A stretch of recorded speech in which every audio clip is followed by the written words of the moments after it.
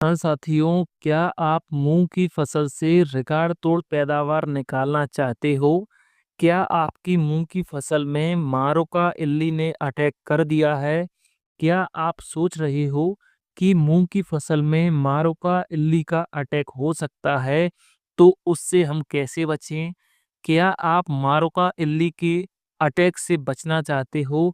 क्या आपकी मूंग की फसल में मारोका इल्ली नुकसान पहुंचा रही है और आपने हर एक प्रयास कर लिया, लेकिन उसके बावजूद भी मारोका इल्ली का कंट्रोल नहीं कर पा रहे हो? अगर आपकी ये सारी समस्याएं हैं, तो आपने बिल्कुल सही वीडियो पर क्लिक किया है। किसान साथियों नमस्कार। किसान साथियों, आज हम बात करने वाले हैं कि मूंग की फसल में मारोका इल्ली का कंट्रोल कैसे करें, उसकी पहचान कैसे करें, ताकि हम मूंग की फसल से एक अच्छी पैदावार निकाल सकें। किसान साथियों, मैं 100% दावे के साथ कह सकता हूं कि इस वीडियो को पूरा अंत तक देखने के बाद आप अपनी मूंग की फसल में मारोका इल्ली का कंट्रोल बड़े ही आसानी से कर लोगे। किसान साथियों, मैं आज आपको इस वीडियो के माध्यम से 100% पक्का सॉल्यूशन बताऊंगा। अगर आपको वीडियो में कहीं भी डाउट हो, तो आप हमें कमेंट बॉक्स में पूछ सकते हो। मैं आपकी कमेंट का आंसर जरूर दूंगा। किसान साथियों, अगर आप हमारे चैनल पर पहली बार आए हो, तो चैनल को सब्सक्राइब कर देना, वीडियो को लाइक कर देना, वीडियो को ज़्यादा से ज़्यादा हमारे किसान भाइयों में शेयर कर देना। किसान साथियों, मूंग की फसल में अगर इल्लियों का अटैक हो जाता है, अगर आप समय पर इल्लियों का कंट्रोल नहीं कर पाते, तो ये इल्ली मूंग की फसल को बहुत ज़्यादा नुकसान पहुंचाती है, जिससे मूंग का उत्पादन 60 से 80% तक कम देखने के लिए मिलता है।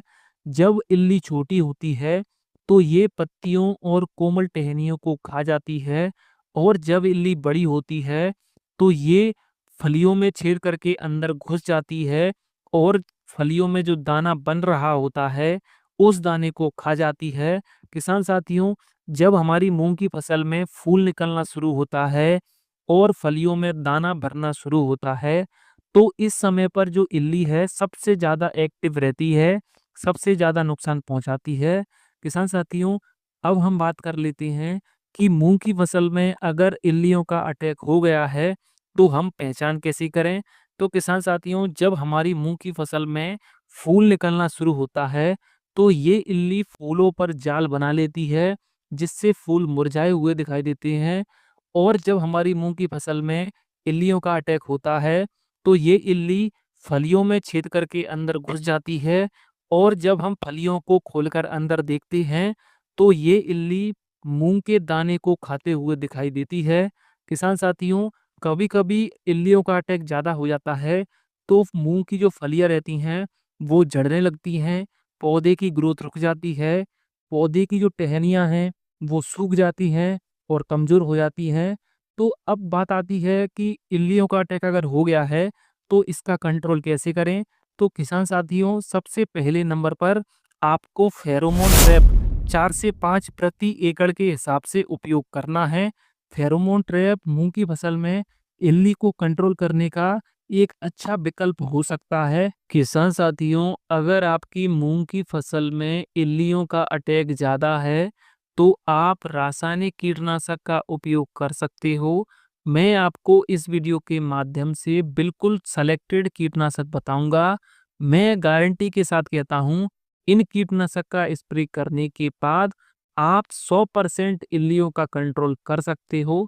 किसान साथियों, सबसे पहले कीटनाशक टेक्निकल की अगर मैं बात करूं, तो वो है स्पिनोसैड 45% ऐसी फॉर्मूलेशन में आता है। ये टेक्निकल आपको धानुका कंपनी की वन अप में देखने के लिए मिल सकता है। बात करें इसके डोज की, तो आपको 100 से 120 ml प्रति 150 से 180 लीटर पानी में घोलकर आपको अपनी मूंग की फसल में स्प्रे कर देना है। दूसरे कीटनाशक टेक्निकल की अगर हम बात करें, तो वो है फ्लूबेंडियामाइड 20% WG फॉर्मुलेशन में आता है। ये कीटनाशक आपको टाटा की टाकुमी में देखने के लिए मिल सकता है। बात करें इसके डोज की, तो आपको 50 से 60 ग्राम प्रति 150 से 200 लीटर पानी में घोलकर आपको अपनी मूंग की फसल में स्प्रे कर देना है। तीसरे कीटनाशक टेक्निकल की अगर हम बात करें तो वो है इमामेक्टिन बेंजोएट 5% एसजी फॉर्मूलेशन में आता है। ये कीटनाशक आपको धानुका की M1 में देखने के लिए मिल सकता है।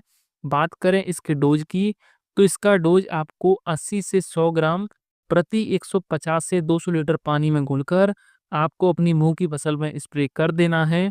चौथे कीटनाशक टेक्निकल की अगर हम बात करें तो वो है थायोडी कार्ब 75% WP फॉर्मूलेशन में आता है।